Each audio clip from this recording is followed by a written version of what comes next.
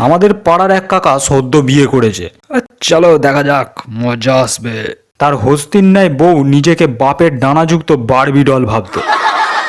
বিয়ের সময় তারা এক নতুন ট্রেন্ডের ফাঁদে পড়ে যায়, মানে কাকিমা কাকার গলায় পা দিয়ে কাকাকে রাজি করায়। দুধে আলতায় পা না দিয়ে কাকার কোলে চেপে ঘরে প্রবেশ করার আবদার করে, কারণ পরীরা মাটিতে পা দেয় না।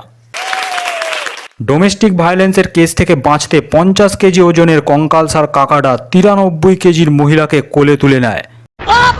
এক পা হাঁটতে না হাঁটতেই কাকা হাঁটু মুচকে পিছন দিকে উল্টে যায়।